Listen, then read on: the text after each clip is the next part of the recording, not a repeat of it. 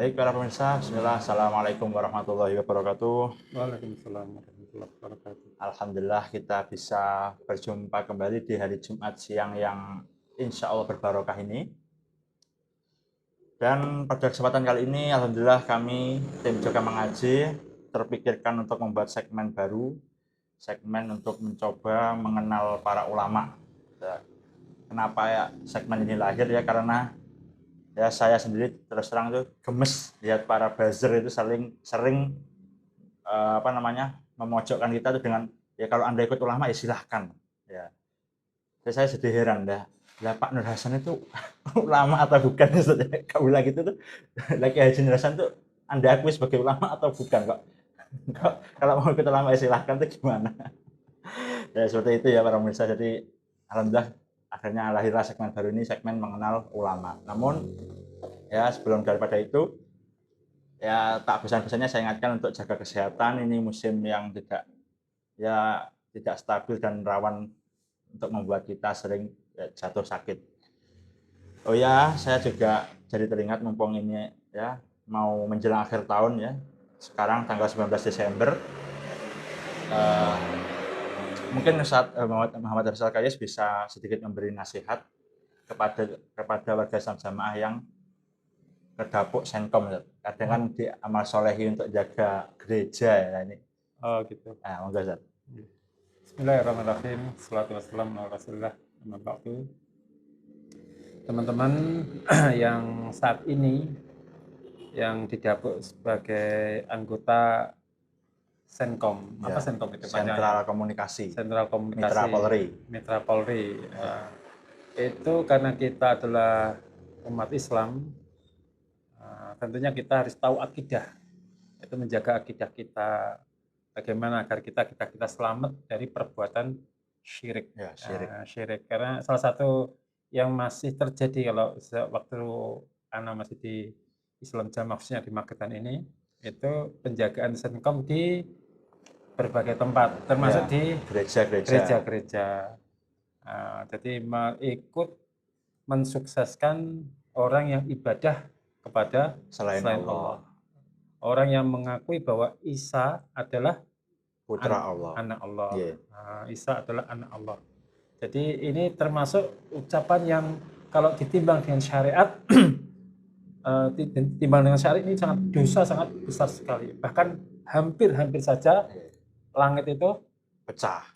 Saking dahsyatnya ucapan Isana Allah ini. Nah ini untuk teman-teman Sengkom, karena ini memang termasuk bagian dari akidah. Selamatkanlah akidah jenengan. Ketika didapuk sebagai salah satu sebagai penjaga gereja, sebisa mungkin jenengan menghindar. Lebih baik mengatur lalu lintas tadi. Kalau mengatur lalu lintas tidak apa-apa. Tapi kalau sampai menjaga gereja, atau kalau di sini ada di Sarangan itu ada larung sesaji di pantai-pantai itu juga ada larung sesaji. Sedekah laut menenggelamkan tumpeng. Itu kan nyembelih hewan dulu, dibikin tumpeng. Itu diyakini kepala kerbau itu diyakini sebagai satu akidah ini. Sedekah laut itu tidak boleh, itu termasuk perbuatan syirik. Maka selamatkanlah akidah jenengan, jangan sampai hal itu terjadi pada diri jenengan. Kita sesama muslim, al muslim akhul muslim, punya kewajiban untuk saling mengingatkan, menasihatkan. Soal demikian. Ya itu utama saya ya, jadi untung saja saya baru ingat karena ya itu tadi, karena meskipun ya sejengkel-jengkelnya Anda dengan kami ya, yang Anda sebut CRK ya saja, itu kami nggak masalah. Tapi kalau sampai Anda melakukan perbuatan yang ya itu tadi, langit saja sampai mau pecah dengan ucapannya, dan Anda malah mau menjaga, padahal bukan kewajiban Anda. Bukan kewajiban. Kalau polisi kan beda saja. Polisi beda. Meskipun muslim, kalau polisi menjaga ini kan tugas negara, itu kewajiban negara. Ada unsurnya itu. Ya itu makanya ini jadi sedikit nasihat saja di permulaan.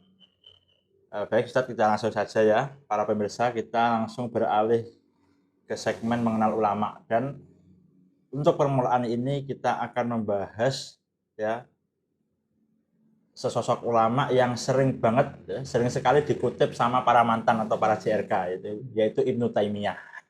Ibnu Taimiyah. Ya Ibnu Taimiyah itu siapa Ustaz?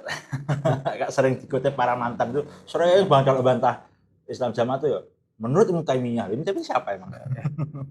Ibnu Taimiyah itu ulama yang lahir pada tahun 700-an dia. Berarti abad ke-8. Abad ke-8 Hijriah ya. 600 sekian, 688, 670. Oh, berarti antara itu ya. Dia adalah Syekhul Islam, disebut sebagai Syekhul Islam, termasuk gurunya orang Islam karena memang ilmunya sangat luas. Karena nama aslinya Taqiyuddin Ahmad bin Abdul Halim bin Taimiyah, memang dinisbatkan pada kakeknya. Taimiyah itu kakeknya, kakek buyutnya itu malah. Kakek buyutnya. Ini seorang ulama yang memang membawa perubahan di zaman itu. Itu memang disebutkan oleh teman-teman mantan itu karena fatwa-fatwa beliau yang banyak mencocoki keadaan Islam Jamaah itu. Termasuk kondisinya Ibnu Taimiyah ketika saat itu beliau memang benar-benar memerangi ahlul bid'ah. Kemudian Yahudi Nasrani, ahlul kitab, Yahudi Nasrani, Syiah, bahkan orang kafir, filsafat orang kafir pun juga sampai terjun ikut berperang Ibnu Taimiyah. Tidak hanya ucapan saja, tapi dia juga ikut perang memerangi Tatar itu. Bangsa Mongol itu ya. Bangsa Mongol itu. Ya Ibnu Taimiyah tadi kan kakek buyut, berarti bapaknya, mbahnya juga julukannya Ibnu Taimiyah. Ibnu Taimiyah juga itu. Berarti kalau di kitab ada Ibnu Taimiyah. Banyak. Kenal tapi kan ada nama aslinya itu ada. Cuman memang julukannya itu ke Taimi itu. Tapi bapak mbahnya itu apa juga ulama? Ulama. Salah satunya kakeknya, bapaknya itu penulis kitab Al-Muntaqa yang dihafalkan oleh Ibnu Taimiyah ketika masih kecil. Jadi memang Ibnu Taimiyah memang dari kecil suka menghafal Quran, hadis, fikih-fikih itu dihafal semua. Dan kebiasaan Ibnu Taimiyah itu ketika dia ingin misalnya ingin menasihati kelompok orang yang pelaku bid'ah, pelaku sesat, dia mempelajari dulu. Mendalami dulu kitab apa yang mereka, kitab induknya itu dipelajari dulu, kemudian dipakai untuk membantah. Itu kecerdasan Ibnu Taimiyah. Makanya fatwa-fatwanya Ibnu Taimiyah benar-benar diakui, tajam dan diakui baik oleh lawannya, oleh kawannya. Dan memang tidak bisa membantah mereka. Secara ilmu tidak bisa membantah Ibnu Taimiyah. Berarti beliau sebelum bantu itu nggak cuma kila wakola ya, dari tokoh-tokohnya bukan saja. Tidak. Makanya kan nanti akan kita lihat itu banyak sekali fatwa-fatwa beliau yang semula kita menganggap fatwa ini aneh. Tapi setelah kita mengenal ilmu, ternyata baru tahu fatwa beliau seperti ini toh. Gitu. Banyak sekali itu kisahnya itu. Oh ya, memangnya benar tercampur, bahkan sampai kalau istilah Jawanya manunggaling jiwa kalau manunggaling kalau Gusti ya. Wahdatul wujud itu di situ sampai ini populer di situ. Populer bahkan Ibnu Taimiyah kan mengkufurkan Ibnu Arabi. Makanya ulama-ulama saat itu kan kaget dengan perkataan Ibnu Taimiyah yang berani mengkafirkan. Padahal pengikutnya banyak saja. Muridnya banyak, orang sufi Tariqah itu banyak, Damaskus itu banyak. Tapi dari situ akhirnya orang jadi berpikir. Dan ketika mempelajari apa yang dikatakan Ibnu Taimiyah dan argumennya itu mendasar semua dan membantah pernyataan dari Ibnu Arabi yang menganggap bahwa manusia itu bisa menyatu dengan Tuhan, dengan Allah. Makanya beliau itu kan yang tidak dimiliki oleh ulama lain, dia berani untuk mengembalikan agama ke Quran hadis, menghidupkan pemahaman salaf. Itu berani. Kalau ulama biasanya cuma mengajar, mengajarkan kitab, mengajarkan pemahaman. Tapi kalau Ibnu Taimiyah benar-benar langsung terjun sendiri. Saya jadi teringat tulisannya Ustaz Maulana Al-Aeda, Dr. Maulana Al-Aeda yang gimana itu? Yang apa? Yaitu jadi beliau mengisahkan, baru status Facebooknya beberapa hari yang lalu itu, beliau mengisahkan Imam An-Nawawi rahimahullah. Itu kan itu kan ulama yang terkenal di Sahih Muslim itu. Secara Muslim ya. Terkenal, maksudnya sangat terkenal dan sangat dikagumi masyarakat Syam saat itu. Bahkan juga keberanian beliau juga ada rekam jejaknya waktu mengingatkan apa namanya khalifah yang mau menarik pajak. Kan sejarah pajak pertama kali di Islam kan zamannya beliau kan. Imam Nawawi itu betul. Iya. Maksudnya keberanian beliau kayak gitu aja, beliau ternyata apa namanya tidak bisa apa namanya kayak nahi mungkarnya tuh ya, sampai pakai tangan ya, sampai pakai kekuatan tuh untuk menghancurkan makam sahabat atau siapa itu yang sampai akhirnya beliau berdoa katanya. Beliau berdoa, ya Allah, hadirkan sosok yang bisa menghancurkan ini. Ternyata singkat cerita ini serangkuman beliau itu setelah beliau membaca beberapa kitab sejarah tarikh Ad-Dimash, tarikh Ad-Dimashqi ini, sejarah Damaskus itu 40 tahun kemudian ternyata doanya Imam Nawawi dikabulkan dan itu hanya satu orang yang berani itu. Jadi ceritanya ini. Ibnu Taimiyah itu betul. Berarti kan Imam Nawawi berani di depan penguasa, berani amar ma'ruf nahi mungkar untuk menghilangkan adat susah. Dan makanya kan Ibnu Taimiyah sampai seberani itu. Ibnu Taimiyah sampai seberani itu karena dia berani menanggung resikonya. Apa resikonya? Dimusuhi oleh ulama-ulama yang dekat dengan penguasa sampai dipenjara beberapa kali. Tapi dari sini beliau mengedukasi umat Islam saat itu untuk berpikir kalau memang apa yang disampaikan fatwanya Ibnu Taimiyah salah, silahkan dibantah. Tapi ternyata tidak ada bantahan dari ulama-ulama sezamannya itu. Enggak ada bantahan. Artinya mereka membenarkan ucapannya Ibnu Taimiyah, tapi enggak berani membantah, enggak bisa membantah, cuma lewat penguasa untuk memprovokasi penguasa untuk mempenjarakan gitu. Iya, betul. Karena kehebatan Ibnu Taimiyah, Allah memberikan kehebatan di situ. Oh ya, apa yang katanya beliau tuh nulis At-Tatmuriyah sampai katanya kitabnya mau dibakar atau orangnya dibakar itu lupa. Itu saya belum sampai ke situ. Saya pernah dengar katanya ada satu risalah ringkas yang itu sangat membantah yaitu Ahlul saat itu apa Tatmuriyah, akidah Tatmuriyah atau apa itu saking terprovokasinya ulama saat itu ya kitabnya itu sampai mau dibakar atau gimana biar hilang, tapi Allah selamatkan ternyata. Iya. Saat ini. Oh ya, tadi kan kita kan sebelum podcast sempat ngobrol saja. Kata beliau kan, kata antum tadi kan sebenarnya kisah hidup beliau itu ada kemiripan dengan Kiai Haji Nur Hasan itu. Ya kemiripannya itu atau pembedanya itu apa dengan Kiai Haji Nur Hasan? Kita ambil sisi positifnya dari Bapak Kiai Haji Nur Hasan. Karena memang beliau, kita juga mengambil ilmu dari beliau dulunya. Ya kan? Selama di Islam Jamaah. Selama di Islam Jamaah mengambil ilmu dari beliau. Di zamannya Ibnu Taimiyah itu memang kondisi zaman itu Damaskus itu sedang dijajah oleh Tatar Mongolia. Berarti belum berhasil untuk lepas dari cengkeraman Genghis Khan itu Mongol itu. Nah, dia adalah sosok yang berani untuk menggelorkan jihad, kemudian menyampaikan dakwah. Nah, ketika yang saya tahu ketika Bapak Nur Hasan datang ke Indonesia, saat itu Indonesia juga belum merdeka, masih di bawah Belanda. 41 ya, Belanda ya. Kan beliau ke sini tahun 40-an toh. Ya, 39 40 41. Ya, masih Belanda ya. Belanda. Kemudian dakwah beliau yang saya tahu memang zaman dulu memang untuk katakanlah untuk pemurnian. Memang Pak Nur Hasan itu kalau saya lihat gerakannya awalnya memang ke arah pemurnian agama. Untuk BA tahun 41 itu sebenarnya kalau saya sendiri melihat mencari tahu ya. Ketika saya mencari tahu itu memang sebelumnya belum ada kisah membeat itu belum ada. Cuman Bapak Nur Hasan mengajak sahabatnya yaitu Bapak Nur Asnawi dengan keluarganya untuk mengajar ilmu yang ia dapat dari Mekah. Nah ini ketika kurun waktu kemudian masuk ke Wali Al-Fatah, pemahaman beliau kan ketika dia debat dengan kabarnya nih, ketika debat dengan Wali Al-Fatah beliau kalah, kemudian menjadi jamaahnya Wali Al-Fatah dan belajar sampai beberapa bulan di situ mengkaji tentang pemahaman keimaman di situ. Kemudian kembali ke Jawa, ke Kediri untuk mendirikan keimaman. Nah ini yang jadi pembeda antara Ibnu Taimiyah dengan Kiai Haji Nur Hasan itu. Akhirnya dari situ kan Kiai Haji Nur Hasan mendirikan organisasi Islam Jamaah itu. Nah, di Ibnu Taimiyah tetap pada garis. Sosok yang awal, maksudnya dia konsisten, tetap istiqomah, tetap mendakwakan tauhid, mengajarkan tauhid gitu.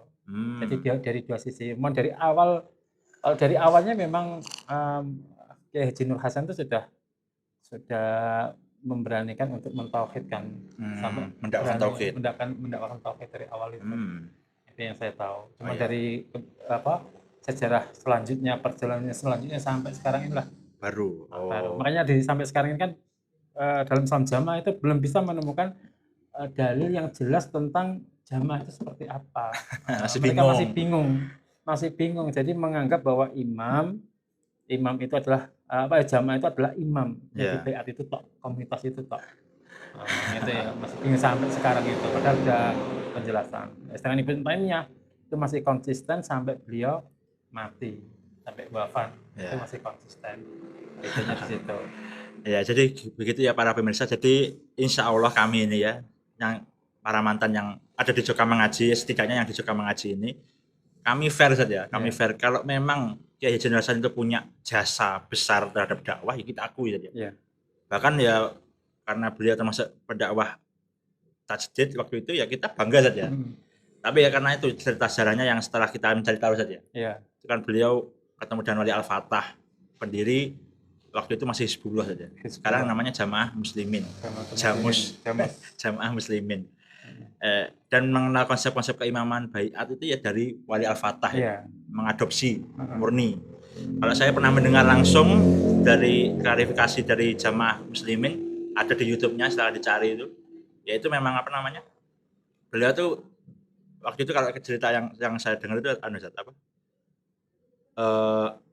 begitu ya tadi kalah debat dengan Wali Al-Fatah, terus berguru sebentar, beliau itu ditugaskan sama Wali Al-Fatah menjadi wakil imam. Iya, imam daerah lah di Kediri. Cuma ternyata dapat laporan malah mendirikan. Malah mendirikan. Untuk ngaji Sahih Bukhari itu. Iya, malah mendirikan sendiri dan lepas dari Jamaah Muslimin yang didirikan Wali Al-Fatah. Ya Allah. Semoga Allah merahmati beliau.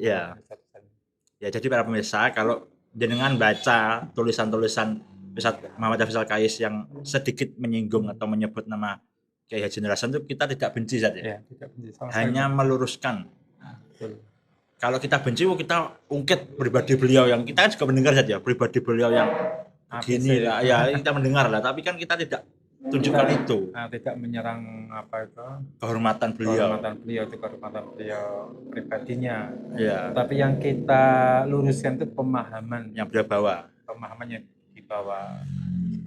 Ya, begitu ya Pak Mirsa ya. Misalkan memang yang isu-isu yang beredar tentang beliau terbukti, itu kan beliau juga sudah menjumpai keadilan di alam kubur saja. Itu serah. Itu sudah bukan urusan kita lagi. Iya, kita yang hidup.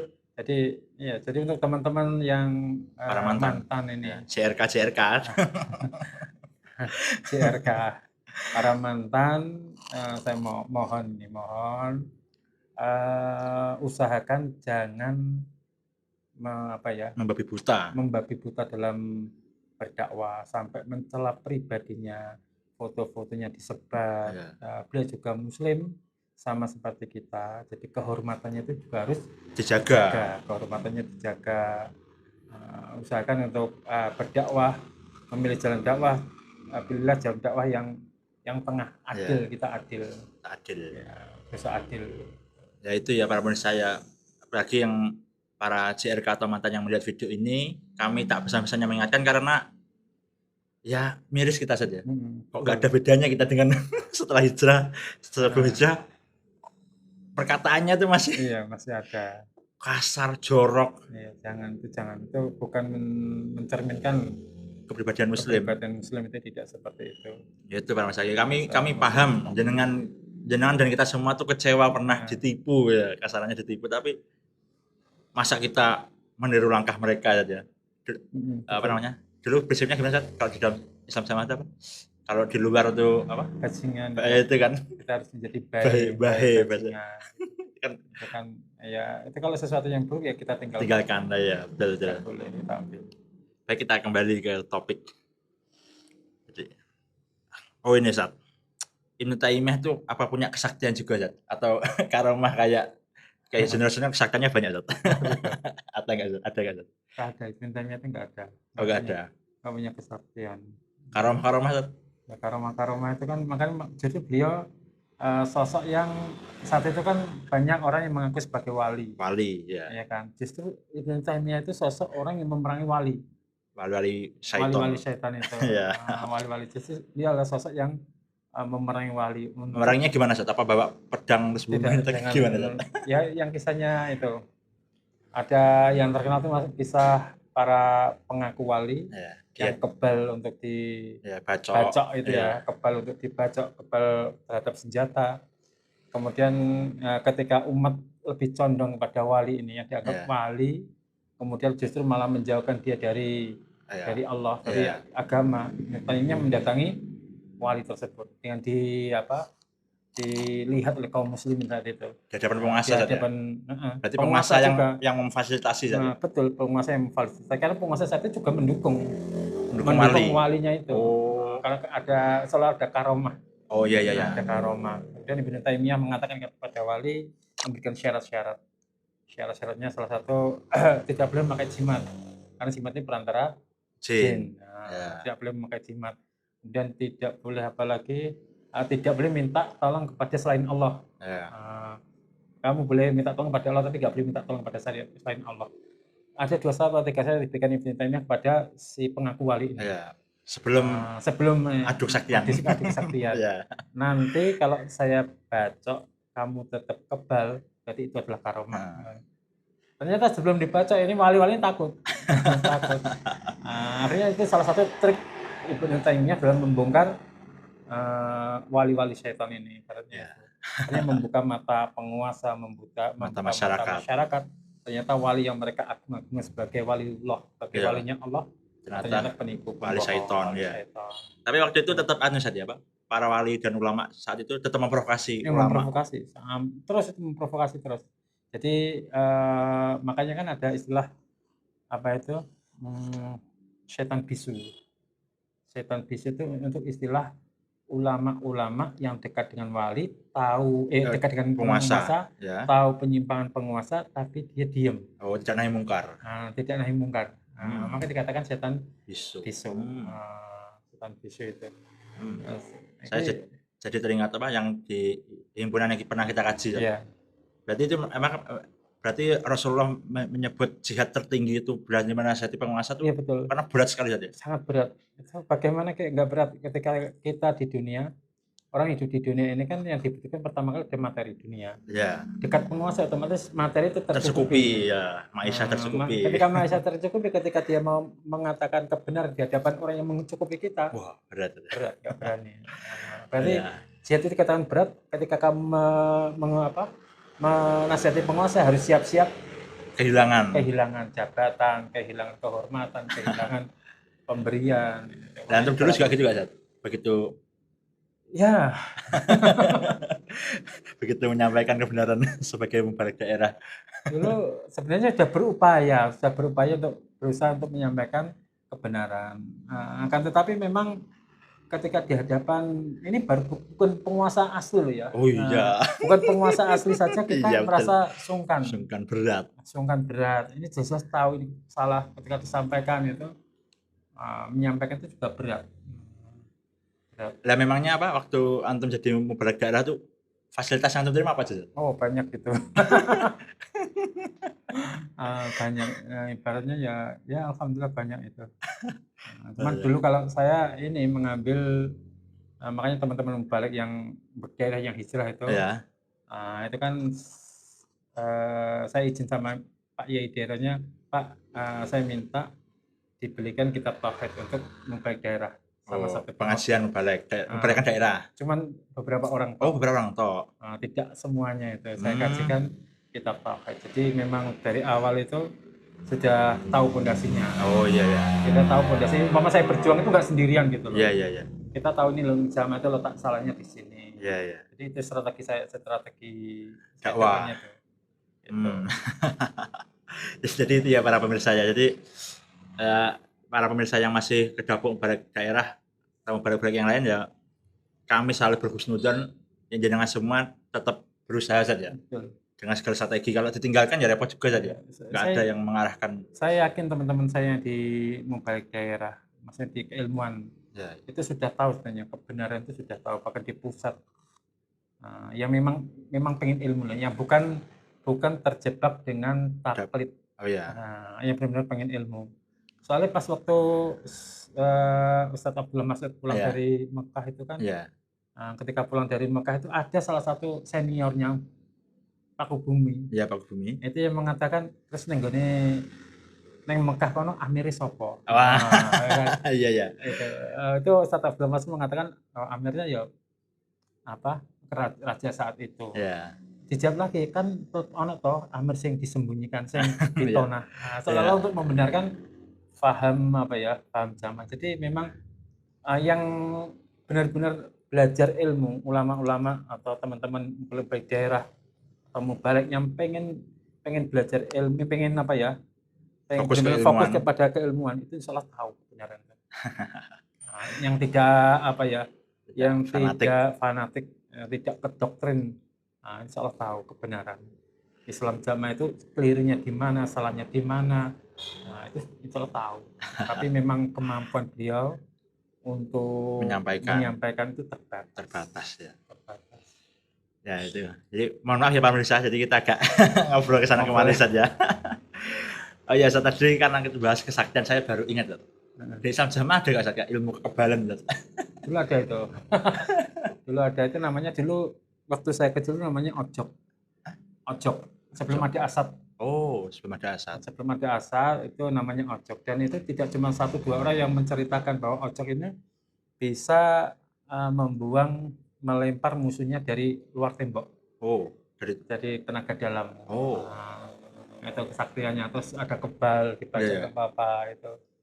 Tapi itu juga mangkul ke pusat? Iya, itu mangkulnya juga ke pusat. Allah alam siapa yang memberikan. Lah kalau sekarang enggak? Karena setelah ojok itu dilarang karena ada indikasi terpengaruh dengan jin itu. Sesama dengan jin. Itu kemudian ada lagi asad, tapi ada asad halus. Dengan asad yang dipelajari. Asad keras, persinas sama asad halus. Asad halus ini pun dulu saya belum, selama di Islam Jamaah saya belum pernah belajar asad halus. Karena ketika saya mau belajar asad halus itu ada selentingan cerita bahwa yang punya asad halus itu orangnya harus seperti ini, tidak boleh makan ini kalau di sini. Ada syarat-syaratnya dulu. Kemudian nanti orang yang punya asad halus itu mempunyai kekuatan, kalau sekarang Superman lah. Superman. Mempunyai kekuatan bisa melempar orang, bisa seolah-olah menjadikan dia ini sakti gitu. Sakti. Seolah-olah menjadikan dia ini sakti. Saya berpikir bahwa Rasulullah SAW sendiri ketika perang pun giginya sampai di Uhud itu kan sampai giginya patah gitu. Seorang nabi yang seharusnya mendapatkan kesaktian dari Allah itu malah patah lah. Kita ini apanya nabi gitu kan. Artinya sampai sekarang saya nggak berani. Belum mangkul. Sampai keluar belum mangkul, nggak berani mangkul. Karena takut tercampur dengan syirik itu. Saya juga sama. Saya kan dulu kan syaratnya kalau belajar asad halus kan harus mangkul langsung sama dewan guru kan 5 orang itu. Terus syaratnya usia harus minimal 17 tahun. Saya baru 16 tahun waktu dewan guru ada yang terobosan ke Magetan, saya masih 16 tahun. Ya alhamdulillah. Saya diterobos ini, diajak sama Rayo pakai Mubalik Daerah malah ora gelem melu. Kalau doanya gimana, Zat? Ini kan dulu kan sering jadi andalan kita, doa asad. Doa asad itu memang gini. Di dalam doa itu memang ada amalan fadilah amalan sehari semalam itu. PR Bapak Imam itu. Ya termasuk amalan yang diamalkan sehari semalam itu.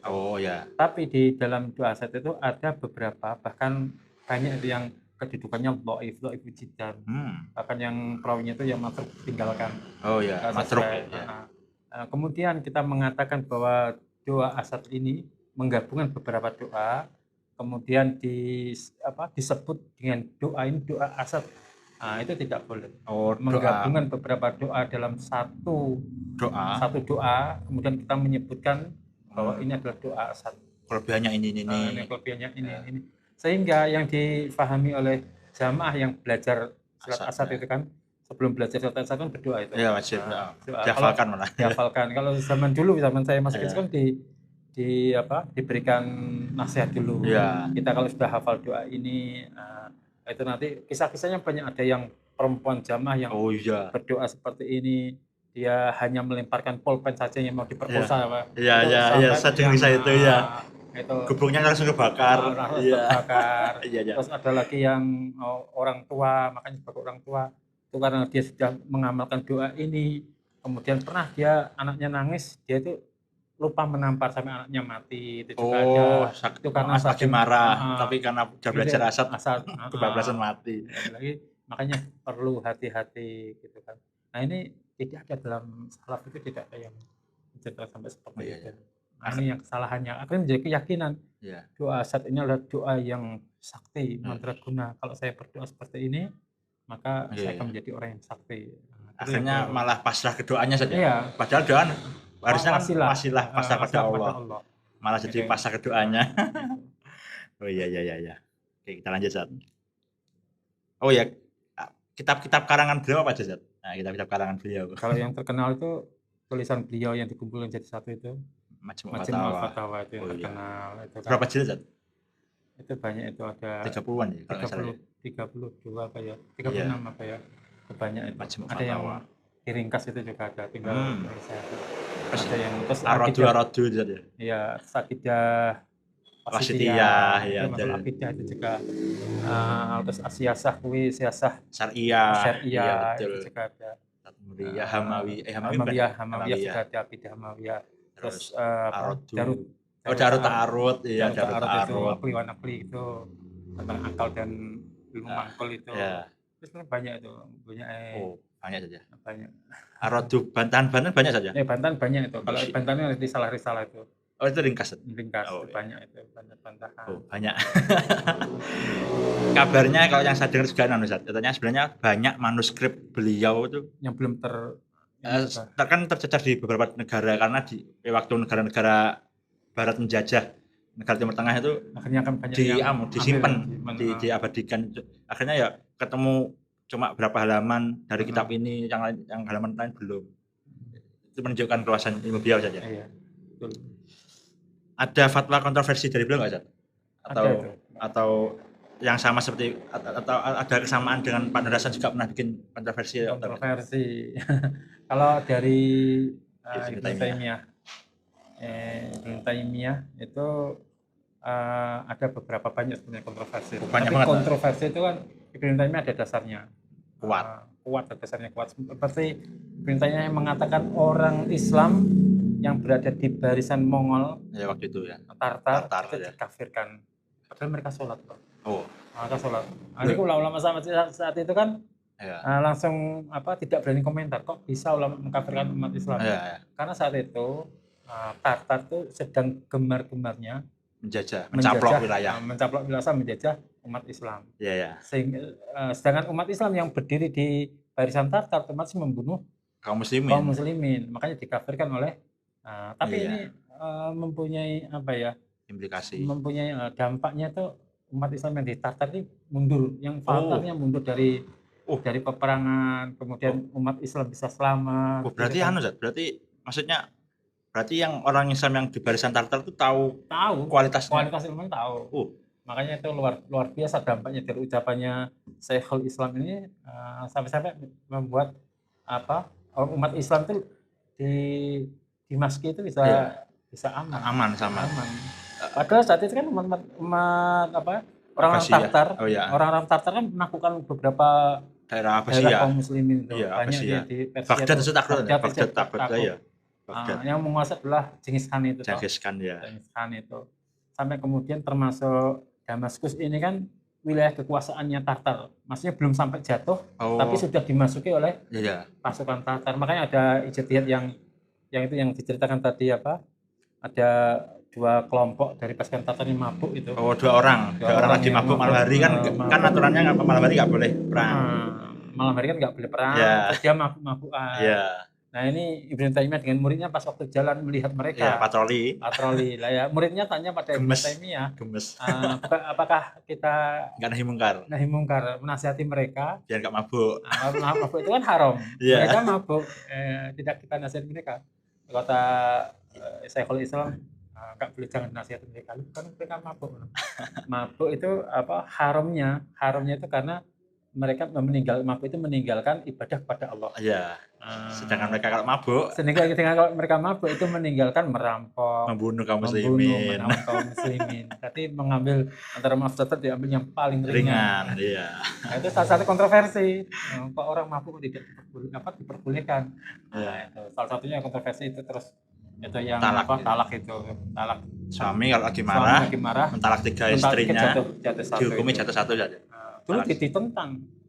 Dulu awalnya ditentang oleh kaget semua ulama saat itu ya. Karena kan memang dalam hadisnya, fikihnya kan memang ketika mengucapkan kalimat sesuai dengan niatnya kan. Ya, ketika diucapkan talak 3 ya talak 3. Iya. Tapi ketika dirinci, Ibnu Taimiyah dirinci ternyata memang satu-satu karena kondisinya lagi marah, tidak bisa berpikir. Ya, kan seperti orang gila ternyata kalau marah itu. Oh, sudah ada.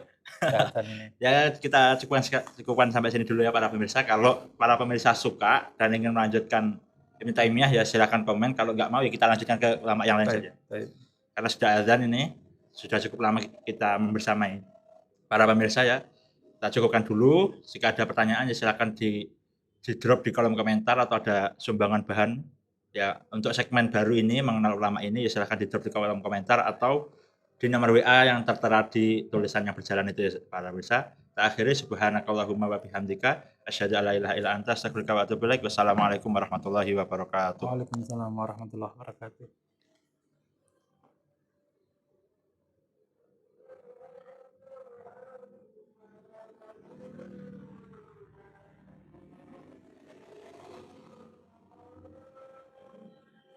Streaming error lah, tapi rekamannya alhamdulillah